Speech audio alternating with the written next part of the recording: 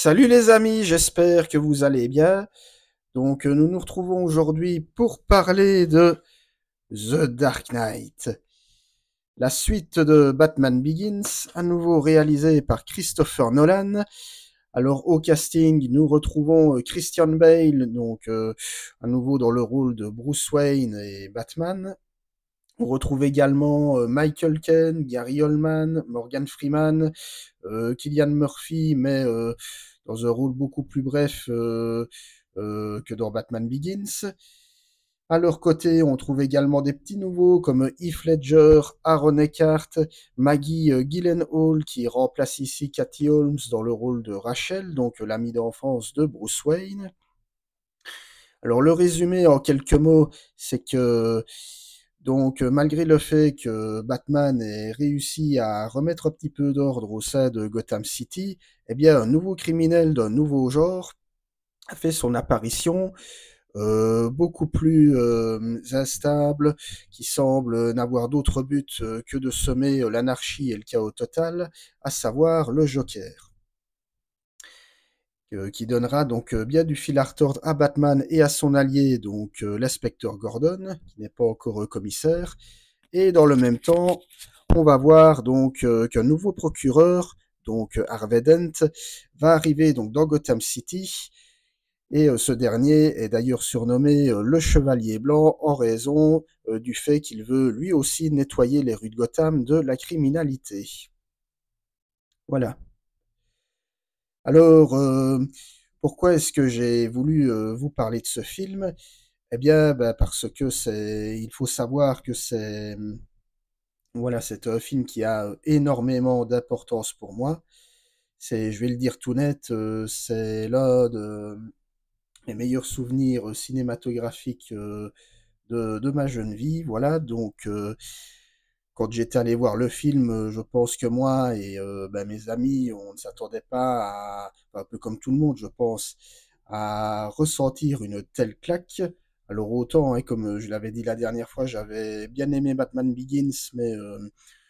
voilà, j'attendais de voir The Dark Knight. Je me dis, on verra un petit peu ce que ça va donner, d'autant plus que Christopher Nolan nous ressort le Joker, qui plus est incarné par Heath Ledger, le regretté Heath Ledger en l'occurrence, qui à l'époque s'était essentiellement fait connaître par Brokeback Mountain. Bon, il avait fait d'autres films auparavant, mais disons que c'est un peu ce film-là qui lui avait apporté la reconnaissance de la critique. Voilà. Et voilà, à la sortie de la salle, une claque monumentale, vraiment l'impression d'avoir assisté à un moment de cinéma assez unique en son genre, quoi. C'est-à-dire que j'avais l'impression d'avoir assisté d'une part à un excellent blockbuster, voilà, bourré d'action comme il se doit, parce que le film est, voilà, il y a quasiment de l'action, on va dire, du début à la fin, mais mieux encore, euh, on ne voit pas le temps passer, on ne s'ennuie pas une seule seconde, mais ça, on va y revenir par après, grâce à un montage qui est constamment sous tension, quoi. On a vraiment l'impression d'être confronté à une narration feuilletonesque où on passe vraiment d'une étape à l'autre, d'un personnage à l'autre, d'un lieu à l'autre, et vraiment, on est sorti de la salle complètement soufflé, au point que je le répète, c'est un film qui, moi, m'a profondément marqué, sur lequel j'ai eu l'occasion de travailler, même après, en tant qu'étudiant. Et à l'heure actuelle, je continue à penser que pour moi, je ne dis pas que j'ai raison, hein, c'est purement subjectif, mais pour moi, c'est peut-être le meilleur film de super-héros de tous les temps. Enfin, en tout cas, pour moi, c'est mon film de super-héros préféré. Alors, je sais qu'il y en a d'autres aussi que j'adore et qui sont souvent évoqués, hein, comme Spider-Man 2 de Sam Raimi, qui lui aussi est, je trouve, un très grand moment de cinéma, un très grand film de super-héros. Il y a évidemment Batman Returns, qu'on avait évoqué il y a quelques semaines, mais qui, pour moi, est pas forcément un film de super-héros, c'est plus Burton qui a réussi à en faire son propre film à lui, même si ici, avec The Dark Knight, sous ses airs de super-héros, c'est, bon, on va y revenir, très clairement un film de Christopher Nolan. Mais d'ailleurs, c'est bien ça, je dirais même que pour moi, The Dark Knight est à Christopher Nolan, ce que Batman Returns est à Tim Burton. Voilà, donc c'est-à-dire, pas seulement, une suite de studio, mais également, un film d'auteur. Voilà, on va le dire. Un film qui leur est avant tout très personnel, beaucoup plus que sur, leurs premiers opus respectifs. Alors il faut savoir aussi, bah, que le film, peu de temps avant sa sortie, bah, avait fait un petit peu le buzz, enfin si on peut le dire comme ça, bah, suite à, vous le savez, hein, au décès, soudain, inopiné, d'Heath Ledger, qui nous a quittés à seulement 28 ans. Alors, les mauvaises langues diront que il a poussé, la méthode de l'acteur studio beaucoup trop loin, au point de devenir littéralement comme le Joker, fou allié et cetera. Moi, je vous avoue, ben, premièrement, j'y crois pas, voilà, je crois pas à toutes ces théories et puis honnêtement, ben, je m'en fous un peu, quoi. Je veux dire, voilà, enfin, je veux dire, hem faut savoir aussi qu'au départ, le choix, d'Heath Ledger n'avait pas fait l'unanimité, loin de là, hein. Il était considéré, par certains comme, un acteur un peu de midinette et donc voilà, le fait que Nolan l'ait choisi pour, le Joker, surtout, que, ben, à l'époque, tout le monde ne jurait encore que par Jack Nicholson, eh bien, bref, le choix avait été très controversé. Et donc, tout ça pour dire, bah, que oui, le film, pour des raisons un petit peu morbides, on va dire, avait été un peu, on va dire un petit peu attendu, en tout cas, avait suscité, la curiosité. Moi, personnellement, c'est pas vraiment pour ça que je l'attendais. Je l'attendais parce que, bah, je le répète, hein, j'avais bien aimé Batman Begins et je voulais un petit peu voir justement, bah, ce que ça allait donner, hein, la nouvelle confrontation entre Batman et le Joker, plus de 20 ans après celle orchestrée par Tim Burton dans son 1er Batman et bah, voilà, le moins que je puisse dire, c'est que, j'ai pas été déçu, du tout. Alors évidemment, bon, je vais pas m'étendre trop longtemps là-dessus parce que ça a été dit, redit et redit. Oui, Heath Ledger est parfait, en Joker. Voilà. Alors je le répète, il s'agit, du Joker donc, de Nolan, qui n'a donc clairement rien à voir avec celui, de Tim Burton, ni même avec celui de la série animée d'ailleurs.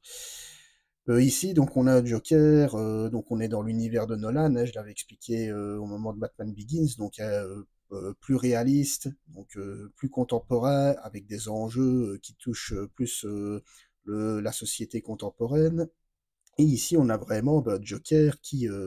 s'inscrit plus dans cette, tradition-là. Donc on a un terroriste, anarchiste qui ne semble vivre que pour le chaos, mais qui, on le découvrira, par la suite finalement, bah, même s'il a beau répéter qu'il n'a pas de plan, ben, voilà quoi, il en a quand même, au final de plan. Un plan, très tordu, très, égaré, mais, et voilà donc tout ça pour dire que oui, bon, il est maquillé, costumé, on va dire, comme un clown, mais c'est aux antipodes totales, du Joker, des comics. Alors attention, hein, je veux dire, parce que dans le Joker des comics, il y a d'un côté le Joker un petit peu plus à la Jack Nicholson, c'est-à-dire, très coloré, très foufou, très propre sur lui, très coquet et d'un autre côté, bah, le Joker, un petit peu comme ici, beaucoup plus anarchiste, beaucoup plus cracra, qu'on retrouvera notamment dans les comics, de Frank Miller, hein, Killing Joke ou ah, ce genre de choses et alors ici, bah, on a clairement, Joker, oui donc sale, dégueulasse, il a les cheveux gras, il a les dents pourries, il, voilà, il est mal fagoté, mais on remarque qu'il arrive malgré tout à avoir, du charisme, bah, de par justement son absence totale de but logique ou en tout cas, heu, le fait qu'il prétende, n'avoir absolument aucun but, voilà. Donc le fait aussi qu'on ne sait absolument rien sur lui et ça encore une fois, c'est encore en lien avec les comics, hein, qui veut que le Joker n'a aucune origine, aucune identité, aucun passé et ici, d'ailleurs, c'est une merveilleuse trouvaille, je trouve, de la part de Nolan et de ses 2 co-scénaristes, son frère Jonathan et également David S. Goyer, c'est que le Joker, dans le film, réinvente constamment son passé. Voilà. Donc, voilà, à chaque fois qu'il évoque, d'où viennent ses cicatrices, eh bien, on voit que c'est chaque fois une version différente et je trouve que c'est une belle manière de nous montrer que c'est un personnage qui vient littéralement de nulle part et ce sera encore plus accentué après au commissariat lorsque Gordon déclara à Homer qu'il n'a ni pseudonyme, que ses vêtements ont été faits sur mesure, pas de surnom, ni rien donc tout ça pour dire que, ici, le Joker est, voilà, un pur produit, de l'enfer et à ce niveau-là, on peut peut-être faire le rapprochement avec le film de Burton, c'est que le Joker est né accidentellement des actes de Batman. C'est-à-dire que, rappelez-vous, donc dans le premier Batman de Tim Burton, c'était Batman qui créait accidentellement le Joker en, le faisant chuter accidentellement dans la cuve d'acide, voilà, le transformant en clown fou et alors ici, dans The Dark Knight, mais encore une fois, intégré dans un contexte plus réaliste, eh bien, on découvre qu'en fait, le Joker est né justement des actes de Batman. Donc c'est-à-dire que Batman, après avoir, chassé à sa manière une bonne partie de la criminalité, qu'est-ce qui s'est passé? C'est que, la pègre s'est tournée vers un type de criminel, beaucoup plus tordu, beaucoup plus dérangé et que donc la pègre a laissé, s'est laissé plutôt manipuler par, le Joker. Donc le Joker serait né en quelque sorte, d'une peur des criminels, voilà, qui serait donc représenté par un individu totalement incontrôlable et totalement dérangé. Encore une fois, c'est une très belle idée, qui illustre bien donc les idées de Nolan quant à sa trilogie, hein, c'est je le répète, l'idée de Nolan, ça a toujours été, d'intégrer Batman dans un environnement contemporain, réaliste dans le sens où préoccupé par les questions du terrorisme qui ici sont beaucoup plus, encore beaucoup plus, présentes que dans Batman Begins. En parlant d'actes terroristes, on va voir voilà, ces montages vidéo assez malaisants. On va voir le Joker qui va se filmer en train de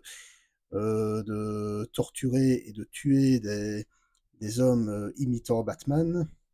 et encore une fois, ça aussi, il y a une bien belle idée de la part de Nolan de montrer que Batman, malgré lui, a fait naître, des imitateurs qui, se déguisent comme lui, mais qui ne comprennent pas le combat de Batman. Donc voilà et de très belles idées qui, pour moi, viennent bien s'intégrer donc dans un environnement, très ancré dans la réalité. Voilà. Alors, là aussi où je trouve que le film est, beaucoup plus, maîtrisé que son prédécesseur, eh bien, c'est dans sa mise en scène. Je parlais tout à l'heure de narration, feuilletonesque, feuilletonnante. C'est, dans le fait, voilà, le Joker étant incontrôlable et semblant agir, de manière totalement, anarchique, eh bien forcément, il est, complètement imprévisible et donc c'est ce qui fait qu'on va passer d'une action à l'autre en très peu de temps. Donc on va passer par exemple de la capture du Joker, puis ensuite à son évasion qui est bien préparée, puis ensuite au sauvetage, d'Harvey Dent ou celui de Rachel. Voilà, je dis «ou» parce que c'est si vous avez vu le film, vous comprendrez parfaitement pourquoi. Mais, donc vraiment je veux dire, la mise en scène et le montage plus particulièrement est, au service des actes du Joker. Voilà, parce que, donc on va suivre, donc les différentes mises à mort, on va dire, les différents plans machiavéliques de ce dernier. Donc le montage va les illustrer, au fur et à mesure et c'est ça que, on sort de la salle, assez lessivé dans le bon sens du terme parce qu'il y a une tension permanente qui pour moi atteint son paroxysme dans cette, séquence absolument formidable où vous avez les 2 ferrys, que le Joker menace de faire exploser, sauf si l'un des 2 ferrys fait exploser l'autre. Et alors qu'est-ce qu'on a dans ces 2 ferrys? On a d'un côté les criminels de Gotham, voilà, et dans l'autre ferry, on a les gens normaux, voilà, les citoyens ordinaires de la ville et alors, voilà, une séquence que je trouve vraiment, très maîtrisée en termes de tension, et cetera, où on va voir que l'un des 2 bateaux, bon, même si j'imagine que beaucoup de gens ont vu le film, donc mais voilà, je vais éviter les spoilers. On va voir que la scène va s'étirer, s'étirer, justement pour, savoir ce qui va vraiment se passer, qui va faire quoi, à quel moment et encore une fois, bah, très, très belle idée, quoi. Donc et donc, bah, le film va être construit de cette manière, hein, donc on va suivre, progressivement donc les différents tours de passe-passe, on va dire, du Joker et à côté de ça, bah, Batman et Gordon qui vont tout faire pour l'arrêter et encore également, on va suivre, la progression, on pourrait même dire, hein, l'ascension et puis, la chute, hein, donc, de Harvey Dent. Harvey Dent qui, bah, j'ai envie de dire spoiler, mais bon, je pense que vous connaissez, hein, Harvey Dent, appelé à devenir le malfaisant Two-Face, ou Double Face en français si vous préférez, voilà. Et d'ailleurs là aussi, hein, quand on parle de The Dark Knight, on évoque, toujours le Joker, Heath Ledger et cetera, mais pour moi, il faut aussi, donc remercier donc, Aaron Eckhart, donc dans le rôle d'Harvey Dent et donc de Two-Face, Double Face, qui pour moi est tout simplement parfait dans le rôle. Donc c'est-à-dire que au départ, on le présente vraiment comme un homme idéaliste, comme, l'équivalent donc de Batman, mais du bon côté de la loi, vu que Batman, malgré, malgré ses actes, bah, est considéré comme hors la loi, au même titre que le Joker, mais de manière différente. Et ici, bah, Harvey c'est le Chevalier Blanc, donc celui qui est censé ramener l'espoir dans la ville de Gotham et espoir qui peut être mis à mal justement par, sa double personnalité qui en gros voudrait dire que si vraiment, Harvey, cède à ses pulsions, destructrices, eh bien la ville pourrait s'enfoncer pour de bon, dans le chaos et donc tout espoir serait perdu. Voilà et Nolan insiste énormément là-dessus. Il y a d'ailleurs de très beaux plans où on voit, même au début du film, le visage donc d'Harvey Dent qui est, d'un côté qui est très éclairé, voilà, en pleine lumière et de l'autre qui est plus caché par l'obscurité où, c'est justement, je trouve, une, belle entrée en matière, de la part de Nolan pour nous faire comprendre que, bah, ce personnage, bah, va, progressivement basculer. Voilà et donc basculer donc plus dans la folie, voilà et alors, là aussi, bah, on va voir que le film donc va gagner également, en tension où, sans trop en dire, bah, les enchaînements également vont s'enchaîner, les uns après les autres. Alors, je parlais tout à l'heure du montage, mais le scénario lui-même est assez riche en rebondissements. Il y a notamment celui-là, je ne vais pas le révéler parce que pour le coup, c'est quand même un gros spoiler et même si oui, beaucoup, beaucoup de gens ont déjà vu le film, je préfère ne rien en dire, mais il y a c'est ça aussi qui m'avait surpris, à l'époque où j'étais allé voir le film, c'est que, Nolan se permet de faire quelque chose d'assez culotté, quoi, je vais dire, dans ce genre de film, hein, pour donner un petit indice, ça concerne, la petite amie du héros qui, d'habitude, bah, est toujours sauvée, hein, des griffes du méchant ici. Bref, j'en dis pas plus, je crois même que j'en ai déjà trop dit, mais voilà. Mais à l'époque, ça nous avait, bah, moi et mes amis, ça nous avait quand même scotché, hein, parce qu'on n'avait pas l'habitude de voir ça et voilà, de la même manière qu'on n'avait pas l'habitude de voir un film de super-héros comme ça, très noir, très sombre, parce que, qui aborde des problématiques en plus très, bah, très dures, hein, pour, un film, pour un blockbuster grand public parce que il va être question également de paranoïa, hein, qui est d'ailleurs très bien symbolisé par le fait que Batman va devoir lui-même, repousser encore un peu plus les limites de la loi pour, mettre la main sur le Joker, hein, la fameuse scène, du sonar qu'il va utiliser pour, entendre toutes les conversations de tous les citoyens de Gotham, pour, neutraliser son ennemi et qui lui vaudra d'ailleurs, de se faire un petit peu, taper dessus, on va dire, façon de parler, à la fois par Alfred, hein, donc Michael Caine et également par, Lucius Fox, donc Morgan Freeman, qui est donc le concepteur de ces différents gadgets et alors, Donc à travers ce film, donc, on voit aussi, bah, que Nolan s'interroge sur, on va dire, la société américaine, un peu, bushiste. Enfin, comprenez par là que voilà, le film sort en 2008. Bon, même si, 2008, c'est l'élection de Barack Obama en novembre. Et voilà, le film est sorti durant l'été 2008. Le tournage a eu lieu en 2007. Et à ce moment-là, bah, le président, c'est toujours, bah, Bush junior. Et on sent que Nolan, à travers, ce film,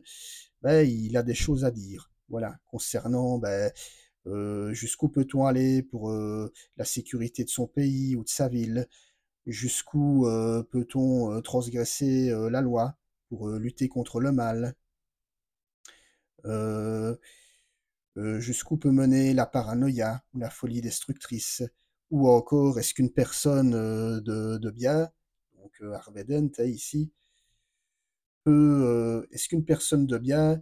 est finalement si incorruptible que ça? Ne suffit-il pas de chouïa, dixit le Joker, pour le faire basculer dans la folie la plus totale? Voilà, toute une série de questions qui étaient, bah, qui vraiment, étaient à l'œuvre, hein, dans le cinéma américain des années 2000 et on peut même dire 90, hein, avec déjà toute une série de films néo-noirs comme, je les cite comme ça, Snake Eyes, ou, Air Force One, en fait, toutes sortes comme ça de films américains qui remettaient en question un petit peu la sécurité de leur pays, le terrorisme, enfin, qui parlaient même ouvertement de terrorisme et qui, bah, dans les années 2000 forcément, hein, société post-11 septembre et on sait à quel point le cinéma, hollywoodien a été fort marqué par, par le 11 septembre. Eh bien, on sent que Nolan profite justement, de son blockbuster et par la même occasion de la plus grande liberté qui lui a été offerte, pour évoquer tous ces thèmes. Ce qui fait qu'on a affaire du coup, bah, je le disais, à un vrai blockbuster d'auteur, au même titre que l'était Batman Returns pour, Tim Burton. Un film qui voilà, qui remplit son cahier des charges, de divertissement et ça le film il est je l'ai pas encore dit, mais il est très divertissant comme je l'ai dit, on ne s'ennuie pas une seule seconde, on bascule vraiment d'un point à un autre en très peu de temps. En plus de ça, on suit vraiment toutes les péripéties des différents personnages, vraiment donc la narration est très fluide, très agréable à suivre, le montage, très travaillé. On peut rajouter également la musique de Hans Zimmer qui, je trouve est encore mieux maîtrisée que sur le premier opus où là vraiment la musique d'Hans Zimmer, bah, rien que le thème du Joker à lui-même, enfin en lui-même, file des frissons donc non vraiment on a affaire à une œuvre de cinéma, majeure et qui, bah, qui a conquis visiblement, toute la critique, hein, vu que, je ne pense pas être le seul à le penser, mais voilà, The Dark Knight constitue encore pour, beaucoup de personnes, bah, l'un des meilleurs films de super-héros, jamais réalisés, mais alors surtout comme, une œuvre majeure, voilà. C'est, je le répète, un film qui me tient, énormément à cœur, alors peut-être que j'en perds mon objectivité, même si, bon, il y a peut-être deux trois des fois pointés, mais qui finalement sont minimes, hein, notamment peut-être parfois des on se demande comment, comment Batman a fait pour être au courant de, telle tâche, entreprise par le Joker, alors qu'auparavant il n'était pas censé l'être, ou même à un moment donné, Gordon qui se fait passer pour mort et qui revient un peu comme ça. Enfin, il y a oui, il y a des petites chipoteries comme ça, des petites choses un peu, voilà, je vais dire, des petites choses peut-être un peu qui paraissent un peu balourdes, mais j'ai envie de dire, vu la manière dont le film est monté et dont la manière dont le scénario est intelligemment construit, beh, ce sont des choses qu'on pardonne, très facilement et puis, ça plus le fait que là où Nolan avec Batman Begins ne faisait qu'effleurer en surface, la noirceur de son propos, bah, ici on est, en plein dans la noirceur totale quoi. Je vais dire, ne fût-ce qu'à travers les actes, du Joker, hein. Alors peut-être un mot, bah, concernant l'interprétation, donc Heath Ledger, bah, je l'ai dit, hein, qui s'est énormément investi, dans son rôle. Il tenait notamment un journal intime dans lequel il retransmettait Il retranscrivait les pensées morbides, propres à ce type de personnage. Durant la fameuse séquence de l'interrogatoire, séquence que je trouve absolument formidable, mais de toute façon, il y en a plein de moments formidables dans ce film, où Heath Ledger aurait demandé à Christian Bale de véritablement lui cogner la tête contre la table, histoire de le mettre vraiment dans son rôle. Donc vraiment, très, très belle performance d'acteur et Oscar pour moi mérité, hein, pas seulement à titre posthume, hein, vraiment. Alors on a de nouveau, bah, Christian Bale, alors Bruce Wayne, qui pour moi est toujours très bon. Et justement, là où je trouve que le personnage est encore plus intéressant que dans Batman Begins, c'est que cette fois-ci, on va vraiment assister sur la tristesse de Bruce Wayne. On va le voir vraiment douter de son propre combat. On va même le voir dire à Alfred donc Alfred son majordome, si ce qu'il fait est vraiment, si ce qu'il entreprend de faire a vraiment un sens ou pas. Donc, on a vraiment ici affaire à Bruce Wayne, qui est vraiment, très torturé, beaucoup plus que pour, Batman Begins, qui est vraiment prêt à raccrocher les collants et la cape. Et sauf qu'ici, mais ça je l'avais déjà dit, hein, à la différence du Batman de Burton, où là Burton insistait vraiment sur le côté, homme, monstre, homme animal, etc. Ici, bah forcément, vu que Nolan a une approche complètement différente du personnage, là, ici, c'est plus une approche réaliste, je vais dire, dans lequel euh, bah, Bruce Wayne il aiderait à se demander si il ne serait pas à la fois mi-justicier, mi-criminel, par exemple, d'où le fait bah, qu'il va recourir à des méthodes pas très orthodoxes pour neutraliser son adversaire. Voilà. Donc Christian Bale, vraiment, moi je trouve que justement là, il accentue encore un petit peu plus, la tristesse, de son personnage et le côté vraiment, tragique de son combat, hein. Alors Aaron Eckhart, beh, je disais tout à l'heure, moi je le trouve, bah, voilà, vraiment, très bon en Harvey Dent, voilà, qui nous fait oublier, Tommy Lee Jones, et sa prestation calamiteuse dans le Batman Forever de 95. Mais bon, c'était pas très compliqué en même temps, où là vraiment, bah, il y a même des moments où, oui, où Aaron Eckhart vraiment, bah, va très loin, hein, je veux dire, au niveau de la psychologie de son personnage. Bon, les moments où Harvey Dent, entre guillemets, n'est pas encore totalement double face, mais qu'en même temps, on sent qu'il est déjà en train de le devenir, à cette séquence très intense où il est littéralement prêt à faire sauter la cervelle d'un détenu de l'asile d'Arkham. Et donc vraiment, bah, on arrive déjà à se dire que le personnage n'est pas très stable et qu'il y a quelque chose de pas très net en lui. Bah, d'ailleurs, à cet égard, je sais pas ce que vous en pensez, mais moi je trouve que le double face version Nolan ressemble quand même pas mal à celui de la version animée de 92. Déjà, premièrement, au niveau du maquillage, qui d'ailleurs est très bien fait, hein, soit dit en passant, mais également au point de vue mentalité, quoi, la manière dont il se met en colère, dont il voit les choses, sa manière de jouer avec la pièce aussi. Donc voilà, en ayant revu récemment la série animée de 92, je me suis dit, bah, il y a des similitudes avec le double face de Nolan. Alors, bah, voilà, on retrouve également Michael Caine, bah, toujours bon, hein, en Alfred, qui gagne ici en profondeur psychologique, en épaisseur de jeu. Morgan Freeman en Lucius Fox, bah, rien à redire de plus, hein, toujours bien. Alors on a, oui, Maggie Gyllenhaal qui donc remplace Cathy Holmes, que je trouve d'ailleurs, bon, je trouve Maggie Gyllenhaal meilleure que Cathy Holmes. Ou, bah, voilà, moi, Cathy Holmes dans Batman Begins, moi, ce qui me dérange un peu par moments, c'est le fait qu'elle avait toujours son petit sourire en coin, même pour annoncer des choses graves comme Bruce, ne cède pas à la vengeance, c'est pas bien de faire ça. Et elle disait ça, bah, limite le sourire en coin, là. Et alors qu'ici, je trouve que Maggie Gyllenhaal, justement, est plus crédible, elle a un peu plus saisi les nuances de son personnage, me semble-t-il. Et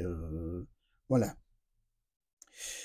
Donc, bah, voilà tout ce que je pouvais dire sur ce grand morceau de cinéma qui est The Dark Knight, un film qui a été déjà longuement évoqué, sur lequel on a tout dit, tout est écrit. Alors pour moi, c'est clairement le meilleur film de Christopher Nolan. Alors attention, je dis le meilleur film, je devrais peut-être dire mon film préféré de Christopher Nolan. Voilà, moi c'est vraiment celui qui me plaît le plus, que je trouve le plus dense en termes de mise en scène, le plus structuré en termes de montage et le plus passionnant au niveau des thématiques. Voilà, surtout qu'ici à l'écriture, il est entouré de David S. Goyer qui était déjà là pour Batman Begins, et également de son frère Jonathan, qui lui, je pense, je me renseignerai, mais je dis peut-être une bêtise, je ne pense pas que Jonathan Nolan était présent sur Batman Begins. En tout cas, je pense que sur Begins, c'était surtout Goyer et Christopher Nolan. Mais bref, je verrai ça pour la prochaine fois, mais en tout cas, voilà, que dire de plus, si ce n'est que pour moi, c'est un chef-d'œuvre, c'est pour moi c'est toujours mon film de super-héros préféré, hein, voilà, c'est un film qui m'a profondément marqué en tant que cinéphile, qui restera l'une de mes meilleures expériences cinématographiques de ma vie. Alors je sais, tout ce que je dis, c'est peut-être pas formellement objectif, mais voilà, ceci dit, comme je l'ai dit, le film est toujours fortement estimé, tenu en haute estime, hein, et d'ailleurs les spectateurs et même les cinéphiles le citent souvent comme l'un des plus grands films de super-héros avec, je le répète, le Spider-Man 2 de Sam Raimi, le Batman Returns de Tim Burton, voire même le Watchmen de Zack Snyder, des films qui effectivement sont de très grande qualité. Et voilà, en tout cas, ça me fait vraiment plaisir de vous avoir parlé de ce film, et voilà, si ça vous fait plaisir autant qu'à moi, tant mieux. Donc voilà. Donc si vous avez aimé cette vidéo, je vous invite à la liker. Je vous invite également à me dire en commentaire si ce que vous avez pensé du film, si pour vous c'est vraiment l'un des meilleurs films de super-héros au monde, si pour vous c'est le meilleur de la trilogie, parce que il y a encore Rises qui vient après, sur lequel on parlera prochainement. Donc vraiment, n'hésitez pas à me dire ce que vous en avez pensé. Quant à nous, on se retrouvera très vite pour parler d'un autre film. À ciao, bonsoir, salut!